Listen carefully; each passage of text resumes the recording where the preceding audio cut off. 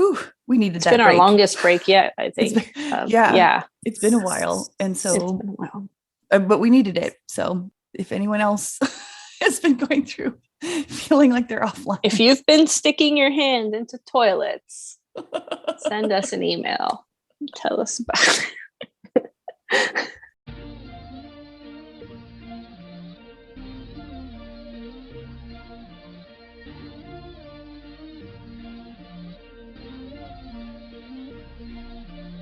A galactic purr of KKs invites you to Space Cat's Happy Hour.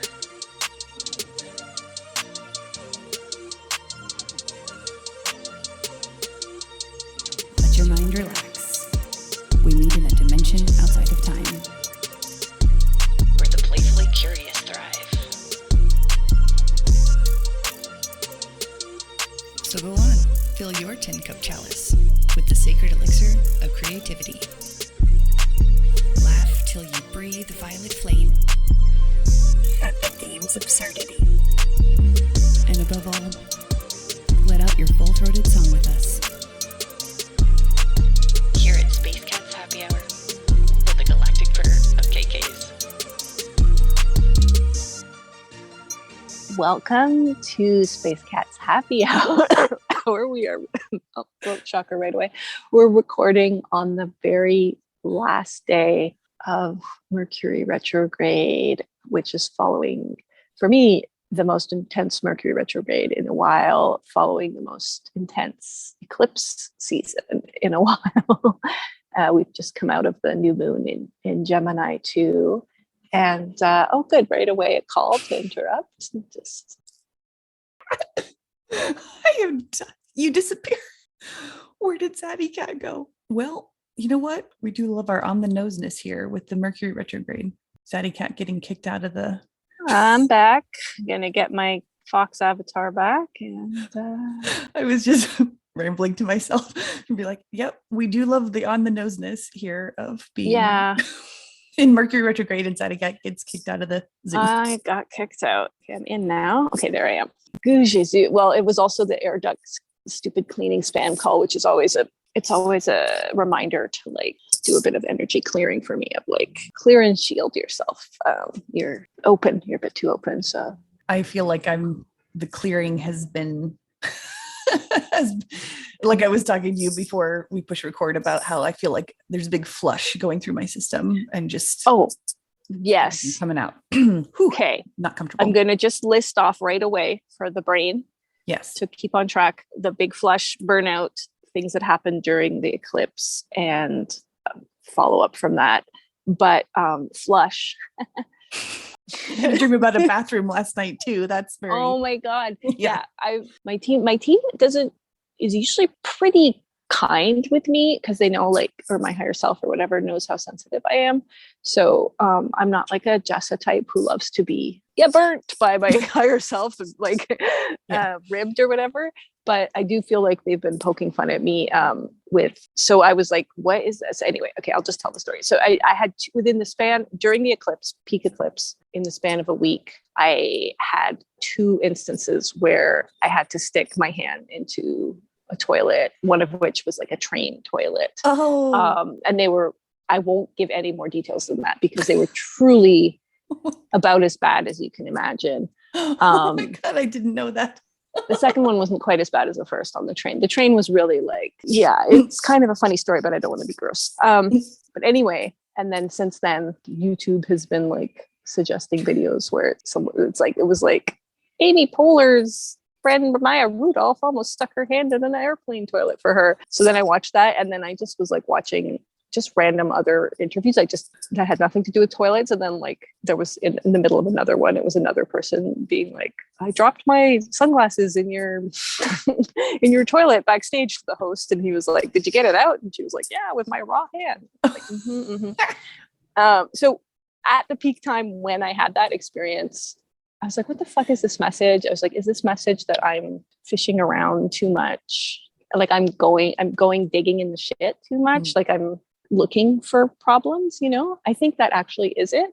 It's like but there's also, anyway. And then I was like, or maybe I had some theories, but then I pulled some cards from my tree my tree oracle deck, and it was like, the message was like, remember how grand you are and how powerful you are, and blah, blah, blah. And I was like, oh, what an amazing way to send me that message of like, remember how powerful you are. But then I figured it out today. I was like, oh, it's literally, they're like, are you a little piece of shit or are you not a little piece of shit? Like, it's like that kind of thing. It's like, oh, are you going back down the path of like thinking like you're just a little, there's like some imposter syndrome and some like being really hard on myself stuff, I think, where they're like, if you think you're a little piece of shit, we're just going to keep sending you these toilet videos. That sounds like fun. Yeah. So that was one highlight of the eclipse season. I also just want to mention that we started up today. So we do these over Zoom and we like mess around with the filters. And we have been on a few occasions, there's been like some weird mystical magic with the filters, including today. Like there was one time where we were able to put a whale on the screen with us. And it was like such a magical episode. And then that whale has never, like you go to the filters, there's no whale. I've never seen. So we were on the hot timeline for a hot second where there were whale filters available. And then today, in addition to the filters and background things, there was also avatars. And I've been like getting massive fox transmissions lately. Anyway, I'm a fox right now, and it brought me a lot of joy, and I really needed it. But but just at the top, you had already found one that we've never seen before, which is like this beautiful gold chain on your head that makes you look like Princess Leia. Where I was like, I don't remember that filter either. So it might have been there before, but I didn't feel in resonance with it, and now I do. So at least that's a difference. But I don't remember if I've seen it or if I just didn't actually want to use it until today. So, right. So you were talking about flushing stuff out of your system. Maybe you want to get into that a little more. We've had this huge theme of burnout recovery from not only this eclipse season, which hit people so hard, and this spring, I think, brought us back into like really clearing out old shit and old emotional baggage, and like really coming over the hump for certain things. But obviously the past few years, there's so much burnout. So do you want to talk a little bit about your flush and your eclipse season? Yeah, especially some of the more exciting parts too, because you have exciting news. Yes, I do. I knew.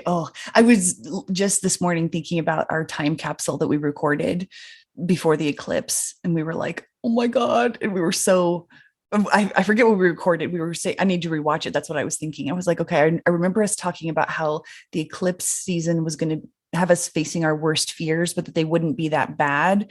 And so we were just recording a time capsule for ourselves to like remind us of like, okay, here we are before the eclipse. Now let's go revisit ourselves, post-eclipse self, revisiting our pre-eclipse self. So I need to rewatch that video, but it was a really good idea. And I think we need to do that more often. I feel like it's a really cool way to capture energy and like, capture something that we need to revisit anyway. So the eclipse season for me was not that bad, but even not that bad doesn't mean it was great. So I definitely felt like I'd sort of just been taken offline. The Taurus eclipse was a little easier. Like that's kind of when things started to come into my awareness of like what was actually going to be my next chapter, which includes, Taurus themes of like home and that kind of stuff. And I'm going to be getting a new home in a few months because I'm moving back to Indiana, which talk about one of the worst fears. I have spent many years running away from home, living as far away as I could.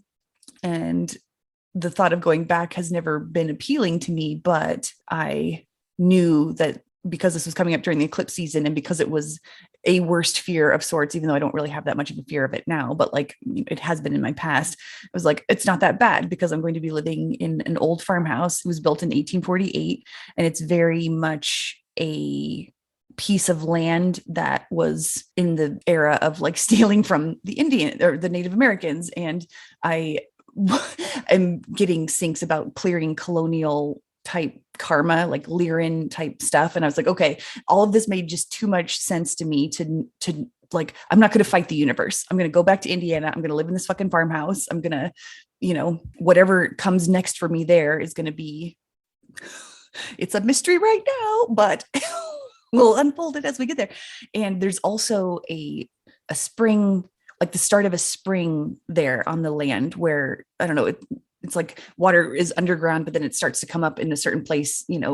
I forget what it's called. It's like a spring head or like wellspring. I can't remember. Anyway, whatever that is, it's on that farm that I'll be living on. And I think that also at least you and I and Pearl and, maybe a couple others that we know, in addition to other star seeds or whatever, I think we need to be near water now and start like singing to it and blessing it and like spreading into the molecules of the water, the frequencies that we're supposed to be locking in or anchoring into earth now, so that it gets to every being that drinks that water, and every being needs water to survive. So every being, anyway, so it's a nice little circle of stuff. So anyway, that was my Taurus eclipse stuff where I was like, okay, so I'm going to be doing that.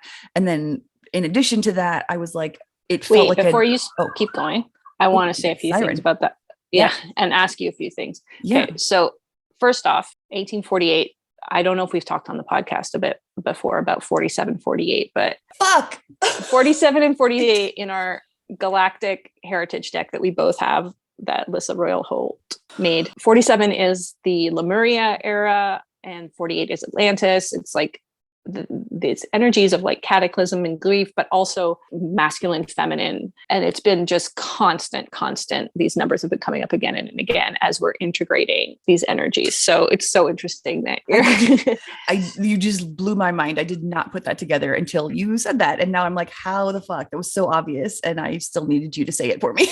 So that's really interesting. It's number two, the thing you said about colonialism and Lyran, again, just in case anyone's listening who's not familiar with the Lyrans, according to this galactic heritage history of things, they were like these like first beings in this universe, and they had a very like exploratory, exciting, curious energy, and there's a lot of cat feline energy to them, but they also had that kind of like a bit colonize-y type, a bit of arrogance and stuff. So there's like some karmic stuff there that we're clearing, and a lot of us, a lot of the people that I run into have Lyran heritage. So that was number two. Number three, I want you to talk more about the actual process because it was so interesting. And this is how stuff happens. It was because it wasn't, there's like all these ancestral connections to this property, but you didn't just go from nothing to the property. You went through like 8 other properties first. And it was just like this complete surrender where you were like, right. you had this huge emotional wave that you had to go through initially to even consider a property that isn't the one that you ended up with. So please talk more about that, because I think it's going to be really helpful for people to hear this is what it actually looks like to surrender and then fall into a house. Wow. Thank you for I didn't even see when I go through this stuff, I'm just like, oh, it's like no big deal. It's kind of silly or whatever. And then you put it into context for me of like, no, this is, this is literally a bigger deal than your little, because I keep thinking I'm too small to be that important or whatever. Anyway, so it's just nice that you say this stuff to me, because I'm like, oh yeah, I guess this is a big deal and I am stronger than I thought. I don't know. So, okay. So what you were saying, yes, I knew I had to move from this apartment because I cannot stay here. It's small, it's loud. I knew I needed to find a new place, and sorry, I just need to do a little aside. I'll probably cut this out, but I just want to say that I love my apartment and I'm not trying to, we have a good relationship, but like both me and the apartment know that my energy field is too big. It needs to spread out. And so we have a good, like, we have an understanding that like, yes, I'm safe and I love this place and I'm full of gratitude, but like, we both know it's time for me to go. So anyway, I knew I was going to have to find a new place, but like, because of the world itself, there's no place you can find that's actually affordable. You can't buy anything. You can't rent anything. It's just like, what the actual fuck? Because that's just the energy of stuff. So my mom has been trying to help me find a place and we're just not finding anything. So she calls me one day and she's like, well, literally a couple of days before the Taurus eclipse. And she was like, so I've realized we're looking for something for you to buy or rent that we already have. And so she mentioned this, my grandparents have both died. And so we're trying to get, their farm sold off and all this stuff. And they live in Ohio, or used to live in Ohio, very close to where I grew up in Indiana. We're on the border of those two states.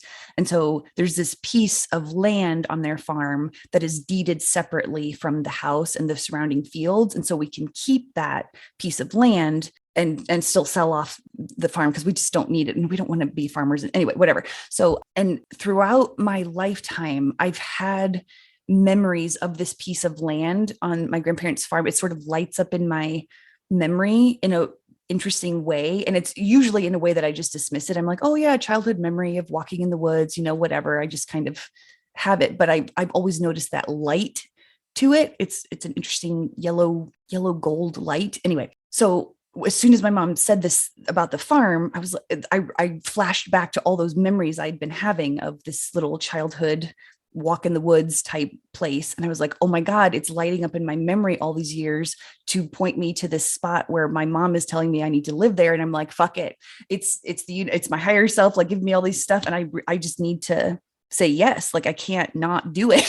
And so sorry, I keep thinking there was a part of the story that I'm missing. And I'm realizing that.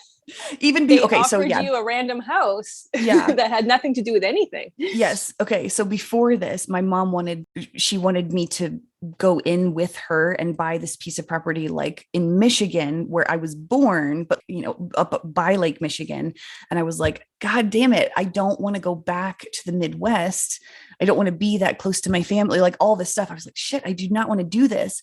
And then I was like, I think I just need to, I was starting to get the inkling, like, okay, this is probably worst fear type stuff. I'm just going to go for it. And so I was like, fine, go ahead, mom, make an offer on the property. I had like I was like crying. It was not, you I had knew, like a week of like feeling sick and like, yeah, really intense emotional waves connected to like old trauma and stuff. Yeah, you're right. I forgot all about that, probably because I blocked it out. This is good to keep revisiting this. Okay. So yeah, I had said, I was like, I'm just going to surrender. I'm going to say yes. And as soon as I told my mom to go ahead and make an offer on the property, I just started, I was in a coffee shop, but I was just like crying and I didn't even care that people could see me. I was just like, but I knew it was right. Like I could feel in my body. I was like, nope, you needed to say yes. And I got all these things, like I saw driving cars pass by the window and the license plate were all like 555 and like, just stuff, I was like, my higher self was giving me the wink, like, yes, good job. So I was like, fine. Anyway, I kind of had a feeling this house would not work out. Like, I don't know why. There was nothing obvious that would have given me it was just a feeling. And sure enough, a week or so later, my mom was like, yeah, someone else bought it, like whatever. So we're not gonna be able to do that. And that's when she was saying, like, I'm realizing we're trying to buy something that we already have. And so that's when my grandparents' property came in to my awareness and vision. And she was like, we could build a tiny house there and you could live there. And I was like, okay, cool. Like I'm here. I've already said yes and accepted the fact in my body that I'm going to be moving back to the Midwest where I don't want to be and all this stuff. And it's like, cool, a tiny house on my grandparents' property. And it made sense to me because I was like, okay, because I've been getting these colonial Lyran karmic sinks, I'm like, I know I'm clearing this kind of stuff. So maybe I'm clearing like family ancestral trauma on the land and like all this stuff. And it's like, okay, all this makes sense. And then about another week later or a couple days or whatever the fuck it was a very short time later, my mom called me back again and was like, okay, so we're running into some problems with the tiny house, like the septic system we'd have to build. There's like a dam on a pond that's kind of not super sturdy. So we couldn't really get big trucks out there to like, do the digging. And anyway, so all the stuff that was just like clearly signs from the universe that this is a little difficult. You might want to just go into a different direction. So we're like, okay. And that's when my mom brought up the farmhouse that my mom actually owns. And she's owned it since, I don't know, I think early 90s, whatever. I was really young when she bought it and we've never lived there. We just, a farmer goes in and does his thing and we used to have horses. And anyway, so and I've worked on the farm a lot, like, digging fence posts and chopping wood and whatever the fuck. So I've been there a lot, but I don't really spend a lot of time in the house because it's really old and, it's you don't want to. I just have to interject and say it's Victorian era old, which you had been already getting a lot of Victorian house clues coming to you for a long time, which was funny. Yeah, that's a good point too that I keep forgetting. Yes, it's Victorian era, and I do keep getting Victorian sinks, and I have for like most of my life, so it's pretty interesting. So I was like, okay, so the Victorian sink plus like again very pioneer colonial type karma stuff. I was like, this is also making sense, and again, one of my I say worst fear in quotes because like it doesn't make sense that it's a worst fear, but like it makes sense to me. So whatever. I don't want to own a house. I just want to like be able to like move whenever I want and not be tied down. And anyway, I just don't like that feeling of just owning something. Now, granted, this is not me owning something. It's still my mom's house and I can live there for free and all that stuff. But like at the time when all this started, when the ball started rolling and when I was going to be buying a house, I was like, fuck, I just don't want to fucking do this. So at least that part of the worst fear is out, where I'm like, I don't actually own this. I don't need to spend money to like pay off a mortgage on a house. At least it's already, bought. But like this started the process off of like facing worse fears of like, I just don't want to be tied down anywhere. Yeah. So, yeah. Which is really interesting because you had spent months leading up to this. You were so fed up of your current living situation, but couldn't see how it was going to turn into something else. I'm just saying this for people like it's so helpful. Like I find this example so helpful of like how we actually things come into our reality. You were so sick and tired. You've been sick and tired for a long time of your current circumstances. And you just wanted a lot more freedom and not to be tied down. And what was interesting was concurrent to that, our friend Pearl, also known as AOE, had been working on manifesting a house for like over a year, if not 2 years, like really, really hard. And like you guys had this amazing convergence point where at the moment where you finally accepted that very first random house that had no family connections at all, that you finally were like, no, I think I have to like say yes to this offer and just see where it goes. It was like the same day that Pearl was like, I don't think we actually want to own a house. I think that's like going to tie. And I think if we rent, it's going to open, because they had just been hitting wall after wall. And then cut to anyway, now Pearl is like just moved into like this beautiful house that's like they're rented, that's like it meets all of their needs and more. And so it was like this total like it was wild. It's going to be the opposite of what you want it to be or think it should be. It's going to be the opposite of that. Basically, yeah. It's definitely when you hear you're going to get what you ask for, it's just not going to show up in a way that you expect. This is what we're talking about. Oh my God. Yeah, and like I'm not trying to get you to like go feel those emotions again, but I think it's really helpful again. Like you were like so angry when that first house came through and like so disappointed. Like these were all the emotions that you were like dealing with, like ancient frustration and disappointment and like what and all this stuff was coming up of like, no, and you were still able to surrender. It was like when because you'd been doing this human design process with Pearl. And so you were really using you're following your emotional wave and your other things to like make the decisions as opposed to the mind space. It was so cool to see that aspect too. That you're right. I forgot about that. Cause again, I think I must've blacked it out. I'm trying not to remember it, but yeah, I forgot about how upset I was. I spent a lot of time crying and getting through what felt like a really big darkness. Cause I've been trying to get away from my family for so long, the trauma there, but I've done a lot of work on realizing that they're playing a role for me. I was supposed to have that trauma growing up to like transmute it and learn lessons and all that, whatever the fuck, so I'm not like angry at them anymore. And I don't hold resentment in a lot of ways because I love them from a soul level. And I realize that's what I asked them to do from a soul level. And I just accepted that. But also I was like, my human self wants physical distance.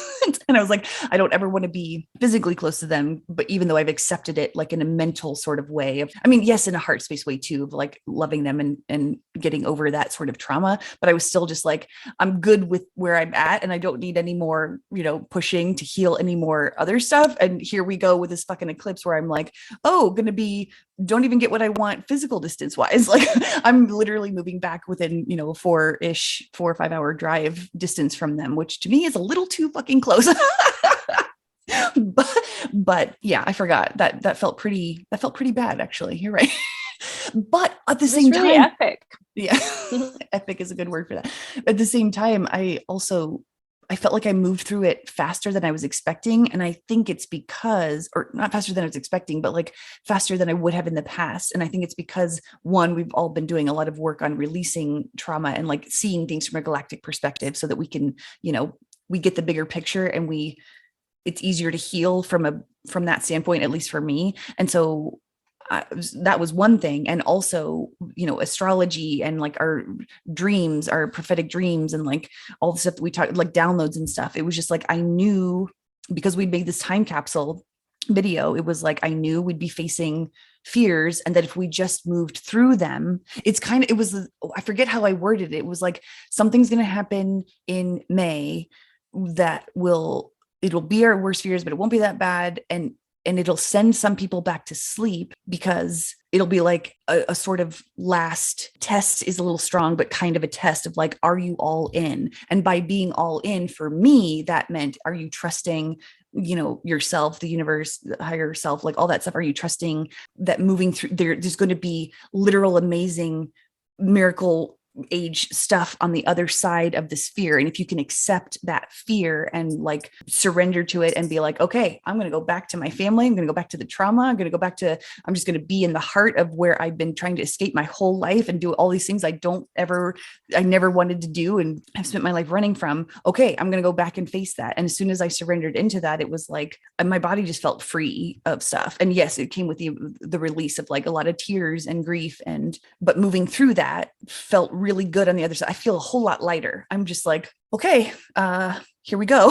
And I haven't really been worried about, because along with this, being able to live rent free means that I can quit my job and live for a little while until I figure out what I want to do or what is next for me, spiritual work wise, or whatever the fuck I'm supposed to do. And I need to release what I'm holding on to that feels secure, which is my old job, it doesn't give me that much money, but at least it's mine, and I don't, anyway. So I'm releasing that.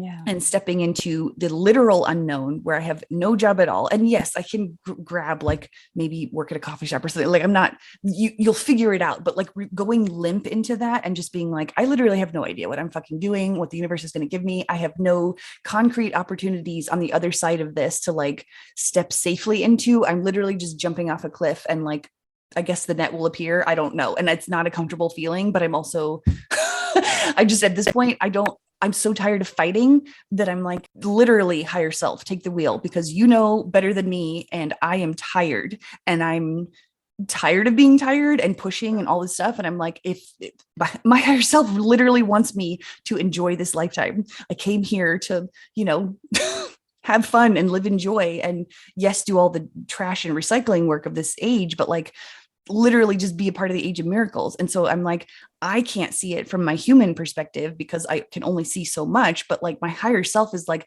I got a plan for us, bitch, just relax. And so I'm like, okay, fine, I'm going to relax. And it's getting more comfortable by the day, but like, it's still not quite, it's not fully comfortable, because security is not where I'm jumping to, like, so, and I think that's what the eclipse was very much about. Like the eclipse is kind of like, because it's beginnings and endings and like realignment and recalibration and all this stuff. I had this image of, and it helped like with astrology talk that I've been listening to, but it's like you have two hands and you're holding on to what brings you security in one hand, and you're like reaching for what you want in the other hand. And if you want to grab on to what you want with both hands and fully be all in, you have to release what you're holding on to from the past. And so this was very much the eclipse energy, and it's always that eclipse energy, but I've just not been paying attention to it because I've been living unconsciously for so long. But now that I'm conscious of this, I'm like, oh, I see what eclipses are. It's like, let go of that stuff that's no longer serving you, literally, and grab on with both hands to the north node type stuff. So anyway, and I kind of just feel like once that decision had been made and all this stuff, I just was like, okay, I sort of felt like I got taken offline, like especially during the Scorpio eclipse. I was just like, I could feel I don't know, I wasn't remembering my dreams, which I usually do. And I just felt like I'd been disconnected. And I think I'd been not screen wiped necessarily, but like I was being rebuilt in a way. And I needed to be just disconnected from stuff and just let whatever was flush through and just sort of be, and not try to do anything too hard, which kind of brings me to your burnout / whatever we were talking about, just recover, like resting for this month, where it's like, we need to what I'm feeling in my body now is very much, yeah, just something got flushed through, and all the poisons and stuff of past darkness and past life, and anything that just is not serving me any longer and is holding me down in density, it's just like flushing through my system. So it doesn't feel good, but I can tell it's like flushing out a wound, hydrogen peroxide. That's a good way to put it. It's just like, that's what my body is. And it's a little painful, and I have digestion issues and all the other fun, like sick feeling type stuff, but I'm used to it at this point. And I'm just like, I know that it passes and it's okay, but we're all kind of, I think, in that. And that part of that is burnout and why I'm so tired. And it's just like, my higher self is like, can I fucking take the wheel now? And I'm like, yeah, let's do that. But in the meantime, this is the flushing out of stuff that really is holding me back. Speaking of which, I desperately need to pee. And then I want to talk when I come back about, that exactly thing. Okay. Back and back. Yes. Burnout. Yeah. I just wanted to quickly talk about, so we have our Patreon, the Dragon Tree Collective, and I did the Friday before the new moon in Gemini. I was getting all this burnout syncs, and I was like, oh, that's what I need to do. I need to do a group healing for the Patreon about burnout. And then also I did my homemade oracle card spread for the new moon and the full moon that's going to be on June 14th. And there was just so much information. Is like, we're going to be in this energy of burnout recovery through the full moon. It's just like rest, just like what you said, letting this stuff flush out. A lot of like the energy of darkness came through as like a great rest in the healing. Yeah, our nervous systems, like letting our nervous systems rest, which I've been really struggling with because it keeps getting fucking re-triggered, which I'm going to talk about in a second. And eating supportive foods. Yeah. And then it was like, you're resting in this month in preparation for July and the summer, basically. So being something I really struggle with also is resting, because my life is so unstructured and I spend so much of my day alone at home with I don't have a day job. I have all the writing projects and like my sessions, my stuff, but like it's so wildly unstructured. So when it's time to like rest in that, I often just start to really spiral out because I just feel like really lonely or bored or uncertain. Like I'm like, I already have so much kind of downtime, but it doesn't feel like downtime because I'm always trying to fill it with stuff because I have a lot of financial fears still that I'm working through, and like scarcity stuff and like old productivity programming. So when I'm told I have to rest, it's like, but how do I find a way for this to be like pleasurable and like soothing and not just like me re-triggering myself? Because what I'll do is I'll start to go into the mental space and then start just spiral out on anything. I can really spiral out on anything and trigger like a massive panic attack that like, then I'm like, well, great. Now I just completely fried my nervous system again. So that's what I've been doing. Yeah. My version of the eclipse, the reason we did that time capsule was that I had a dream that it was like being on a plane, and then there was like an emergency on the plane. I have a fear of flying too. And so there was an emergency on the plane, and then it could have, like, I was like really afraid in the dream that we were going to really have a scary time of it. But instead we did this very graceful landing onto a pier. And then suddenly it was already over before it had even really turned into anything really scary. And there was a point where like there was something like super scary that could happen. And I was like, I don't want that to happen. And so then I was like, and I don't think it has to, because I don't want it to. And then in the dream, I was standing on the pier talking to my partner and being like, I don't want you to worry. We had an emergency landing, but it's fine. I'm somewhere in the States. And then I was just looking up in the sky and feeling this huge wave of gratitude. I was like, oh my God, I just faced my biggest fear, because like fear of flying is it's so strong for me. And I was like, and it wasn't that bad. Like it could have been so much worse and it wasn't that bad. So I'd had that dream and I was like, oh boy. And then you were like, oh, and these eclipses, it's probably going to tie in with these eclipses because you had the astrological knowledge. And then you were remembering something, a conversation you'd had where somebody was like, oh, that's going to be just what you said about like, are you all in? And maybe a feeling of being like deflated. And so I was like, wow, what is this biggest fear going to be for me? And it's like, oh, it's the same thing that you've been, coming up against again and again for the past few years since your awakening started, which has to do with like fear of loss and fear of change. And especially like there's like a couple of people in my life where it's like really, really huge trigger. And one of them is my partner. And then I got this, I forget how it came to me, but I was like, I think I need to like take 2 months and just travel in the summer and just be on my own. And I've already been during this pandemic taking some moments away from our apartment and stuff. And anyway, so I floundered. I've just been floundering my way through it. And I don't know if it's like the next time I'm in the States, because like, oh yeah, the day after I had that dream of like, and then I'm in the States and I'm like, and my dad reached out to me and he was like, I'm going to go to our place down in Charleston for a property check. Do you want to come with for a week? And I was like, oh, is this it?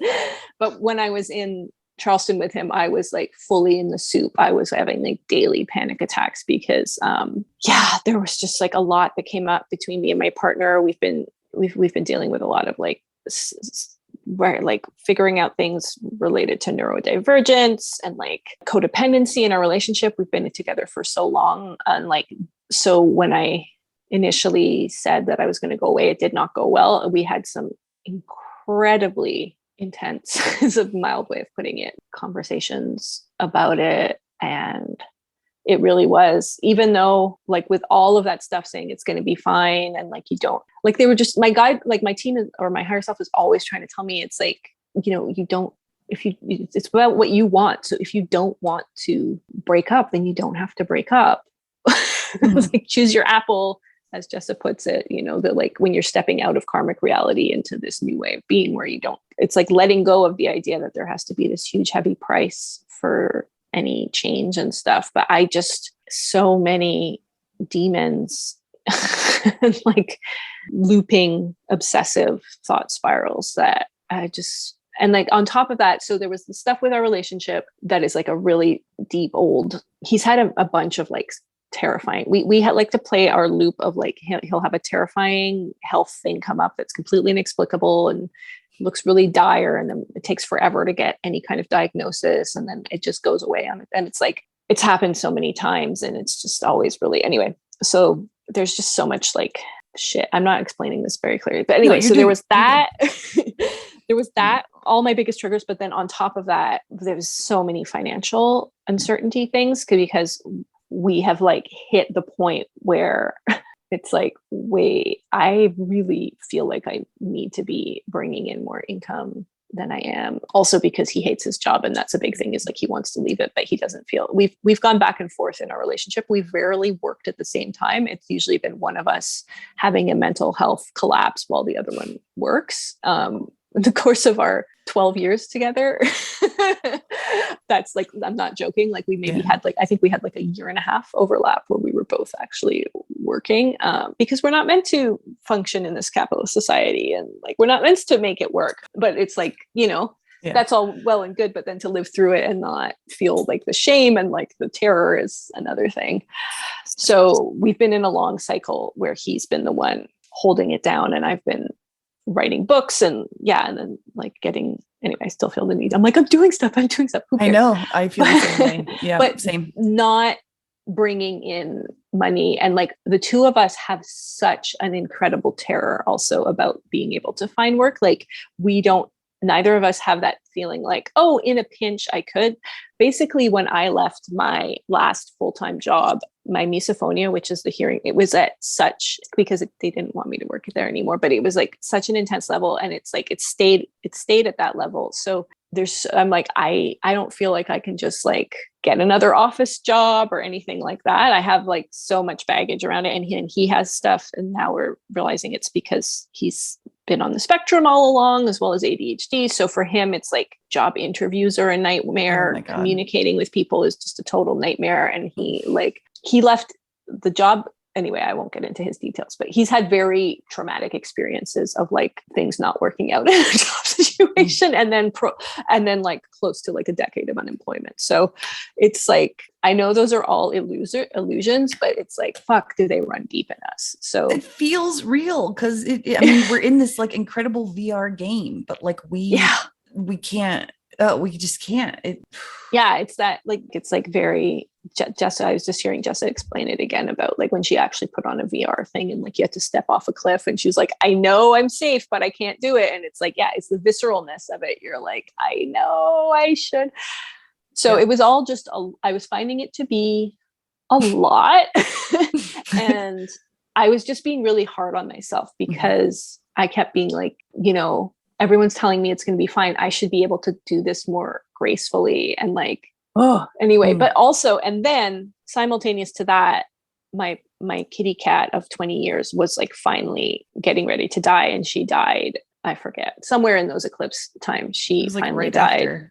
Yeah, right after the Scorpio one. Yeah, literal loss. Literal loss, and like, yeah, just all the grief stuff that came up with that. I want to have a whole episode where I just talk about her because she's the cat of many miracles. But and I had also been told when I asked, like, she had a big health crisis back in December, and I asked, and I was told May. So I even given like the gentleness of being told when it was coming, and I knew it was coming, and I actually felt relatively calm about it. And we were so lucky. She had such a gentle, like peaceful vibe. I was crying so much that day. I was like, rah. And I wasn't like in a pity way, like it was when I had to say goodbye to my last cat, where I was like, it just felt so real and so ending and just so unbearable. And it was still unbearable with your cat. This is not even my cat. And I'm just still just like, and it was, but it was in a way of like, yeah, it's painful to let go of the physical body of the spirit,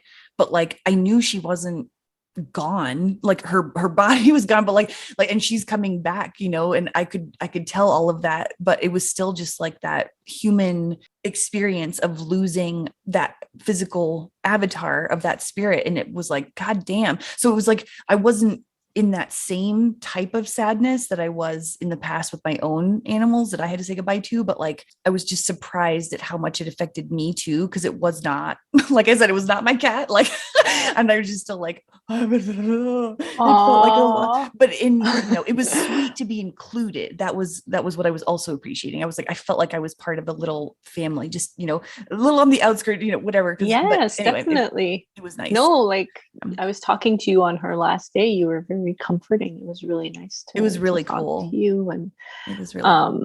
But I mean, like, so much of your relationship with an animal is physical, so the loss is felt so physically. Like, it's like I held, like, this is okay, I don't want to get all emotional in this episode. I'll save it for another one. Yeah, but I hear you. I'm the same. But what was interesting to get myself safely tucked back into the mental space about it again, is that it was really showing me a lot about, like, I spend so much time pre-grieving everything.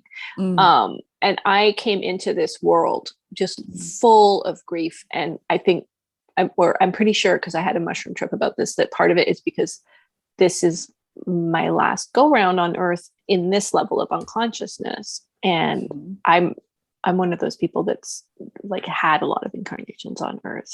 And so I do have an attachment to that. And so I feel like I came into planet with like tons of nostalgia and like melancholy and all this stuff that I carried around. And like not every relationship, but like so much of my time with Fistique and with her mother, Porkchop, like I was spending just already anticipating the moment when it would be over. I would just like cry and cry. It's just, and that's why I haven't gotten another animal, because I'm already pre-grieving what would happen like years later.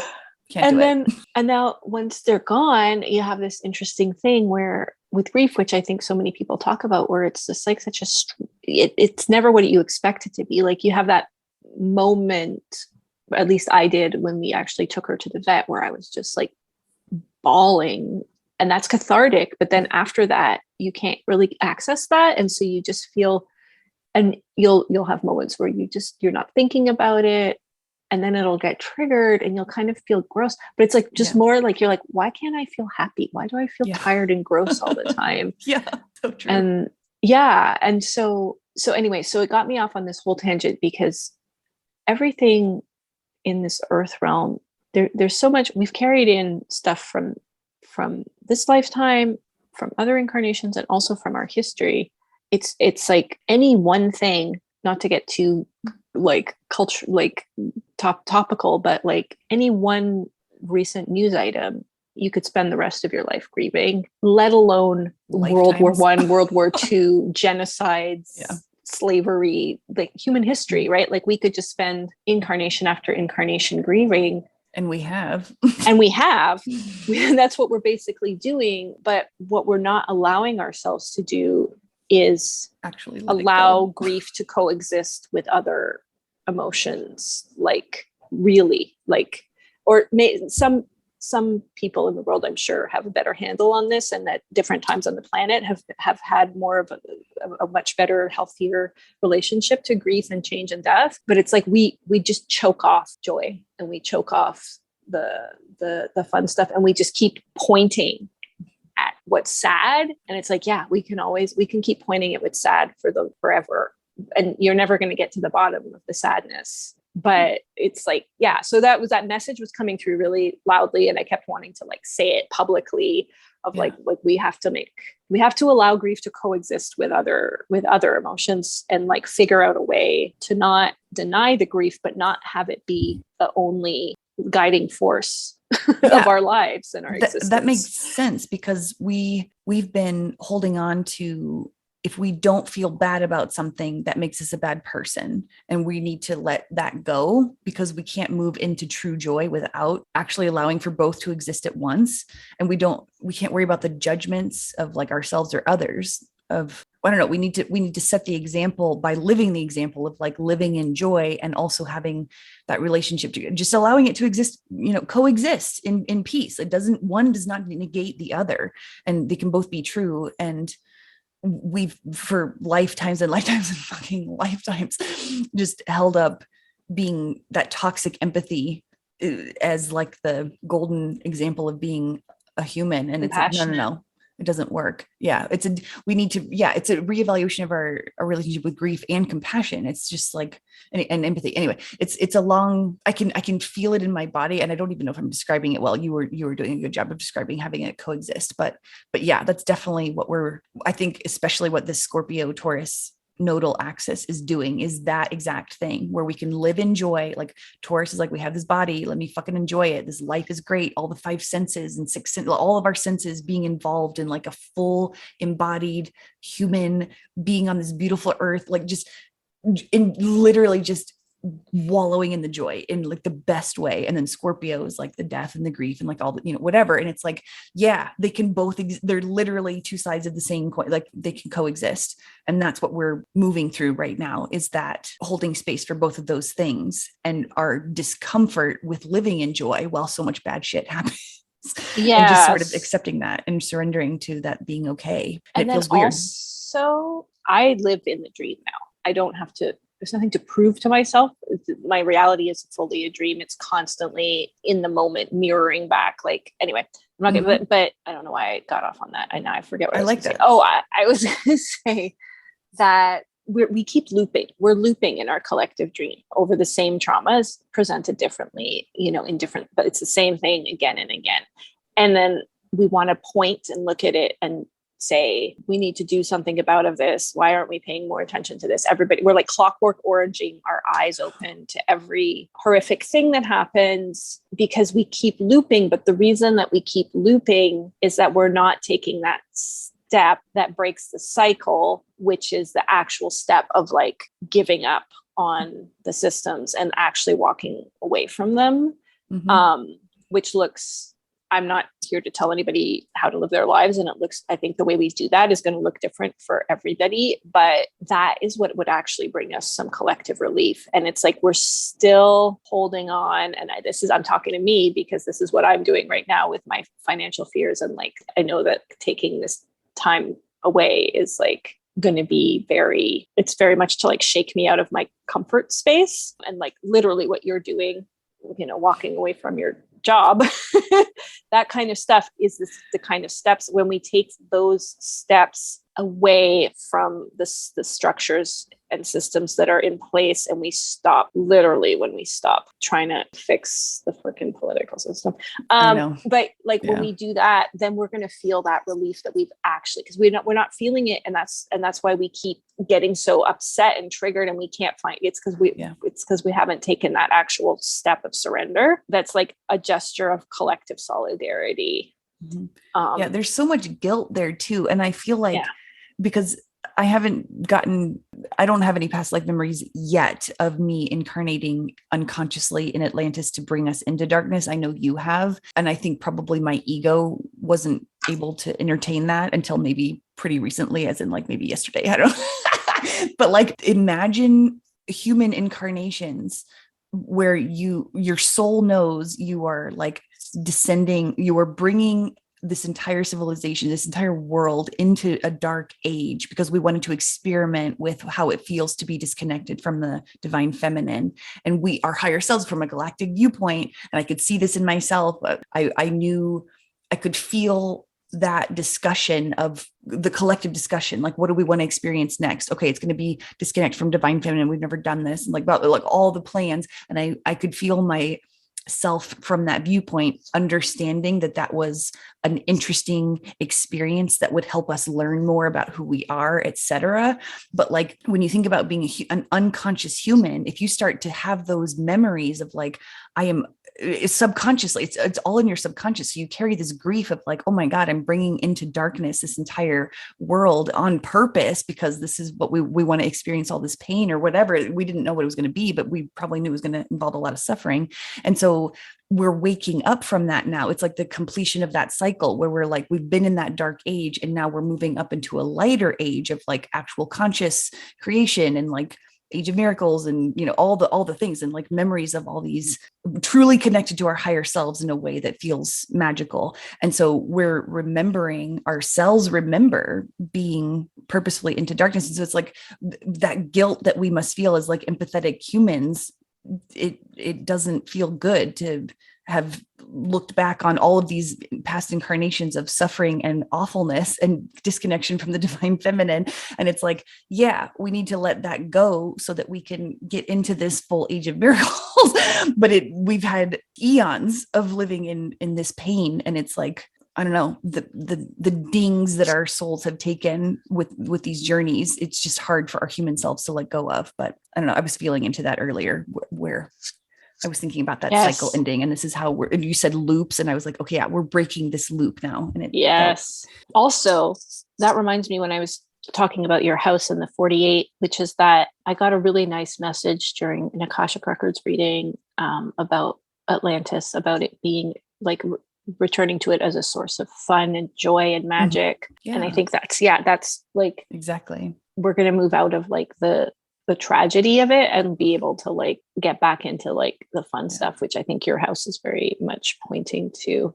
I think you're right. Yep. But yeah, I remember what I was going to say about the grief and the like joy and stuff. It's like we think that allowing grief and joy to coexist with each other is compartmentalizing, but what's compartmentalizing is getting super, super triggered and upset over something that's happened, and then, you know, not doing the actual thing that would make your soul feel better, which is like probably, I would say, a collective walkout. And just like, I mean, and that happens. It's like North America has convinced ourselves that doesn't happen, but it happens all over the world, where there's even in places, you know, like even in Europe, like in France, they'll shut down a country.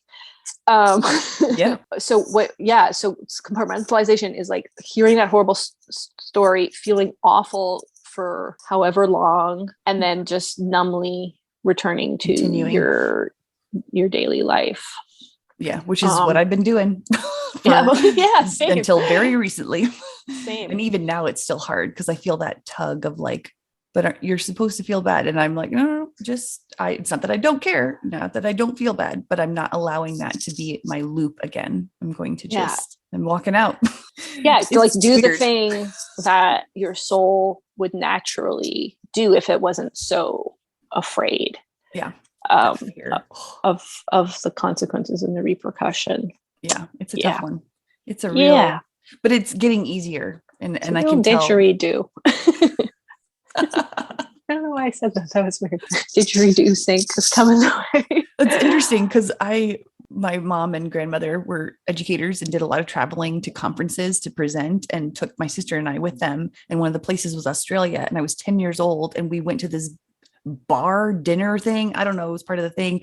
And part of it was a performance, didgeridoo included. And so they had this contest where they were like, anybody want to come up and try and play the didgeridoo, and they'll win this bottle of champagne. And a bunch of, white dudes were just trying to blow into it. But I had listened to and somehow they called on me, and I didn't want to go up. I was like, why the fuck is it? Why would they want this little 10-year-old girl to go up? Anyway, it was probably funny. Maybe my mom made me, I don't know. But somehow I ended up on this fucking stage, and I had listened to the instructions of the guy who played the didgeridoo. And he was like, you have to like relax your lips. Oh my God, talk about surrender, force versus, oh my God. Anyway, so I was like, I did it correctly. And everyone was like cheering their asses off because all these men were like blowing it like a trumpet. And I was just like, or whatever you're supposed to do. And they were like, here you go. Here's the bottle of champagne. I won this didgeridoo contest because I fucking surrendered, bitches. I don't know. I'm just making that. Yeah. There you go. Didgeridoo sync. There's a story for you. Wow. Wow. This podcast makes me remember a whole lot of stuff I never. I'm just like, oh yeah, that happened. What? That's so cool. Also, I had this thing where when you were talking about 1848, whatever, I had in my head that India had gotten its independence from Britain in like 1948. Because I remember thinking it was like 100 years after my farmhouse was built. And this was like memories from, in my teens and 20s or whatever. I think I'd seen the movie Gandhi or something. And that's why I was like, oh, I should remember this date because it reminds me of our farmhouse. So I just went to look it up. Like, when did India actually get its independence? And it was 1947. So literally I was off by a year, but like it's 47 and 48. And here we go again with these numbers. It's so wild. It's so 47 wild. and 48. That's very interesting. Getting independence, sovereignty, claiming sovereignty. Whew. Oh yeah, I wanted to mention, I don't know when this will actually be released, this episode, but that big trickster energy came through around the next full moon too for the collective. So, and that the message was, if anything's like, if something comes out of left field, like a dark horse, on like a sudden policy change, or somebody coming out of left field, like what? If it seems final, it's not final. Like, give it like a wink and a nod and be like, sure. Yeah. That's interesting because I've gotten I feel like the energy right now is very, stuff is just popping up like really quickly, like past trauma, I don't know, past stuff. And as well as like, I don't know how to describe this, but it feels like things are triggers, for lack of a better word. They're popping up into our awareness really, really quickly. And it's not necessarily for us to react to. It's just to like, it's to get us into a stance of sort of surrender, where we just kind of observe things and we don't reach out and latch onto them. It's moving so quickly that we can't latch, or we could latch onto them, but it would be something else is going to pop around that like takes our attention off of whatever we tried to latch onto. So I'm very much just sitting here kind of expecting things to pop up in the news, or, text messages from friends, or I don't know what's going to happen, but things are going to pop up into my awareness where I'm just going to be like, okay, I'm just going to watch that float by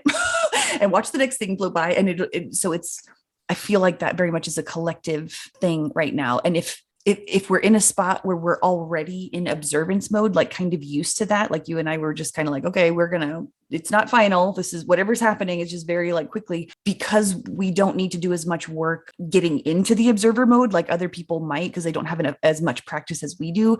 Because we're in observer mode, we're going to get like a lot of downloads, and things are going to start making sense, and like we'll be moving further into like, I don't know, things are just going to start falling into place in our mental maps in a way. Because like while other people are practicing getting to observer mode, we're going to get like, more solid picture of like how to build whatever we're supposed to be building, I guess. I don't know. That was kind of a random thing, but that makes sense. That's yeah. It was magician's tricks and surprises for the cards. So yeah, I feel like that's kind of it. the stuff that I brought to this Yeah. episode. I think it feels good. Like that's a good amount of stuff to talk about, good length and good, just that's what she said. I'm just done. I'm done.